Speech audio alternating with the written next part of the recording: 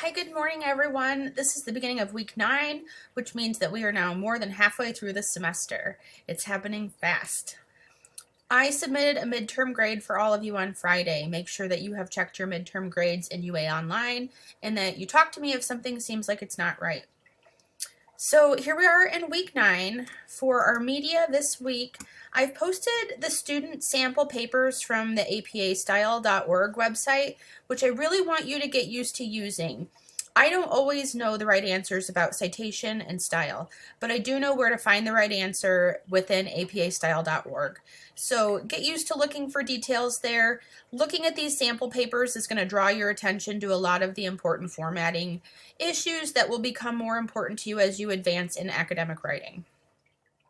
So hopefully you've turned in a rough draft of your rhetorical analysis, even just some ideas on the page, and I'll take a look at those later on today and get them back to you. This week we're going to engage in our peer review just like last time, so I will add names to the peer review and put you on groups once I see who all has submitted their drafts.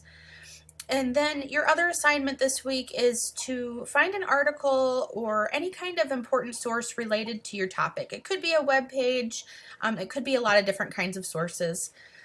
And then I want you to write a summary and provide me with a citation for it in correct APA style, and that way I get a chance to give you some feedback on that before you submit your final draft, which will be due on Halloween.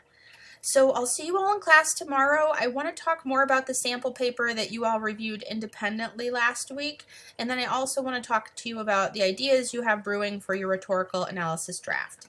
See you all tomorrow.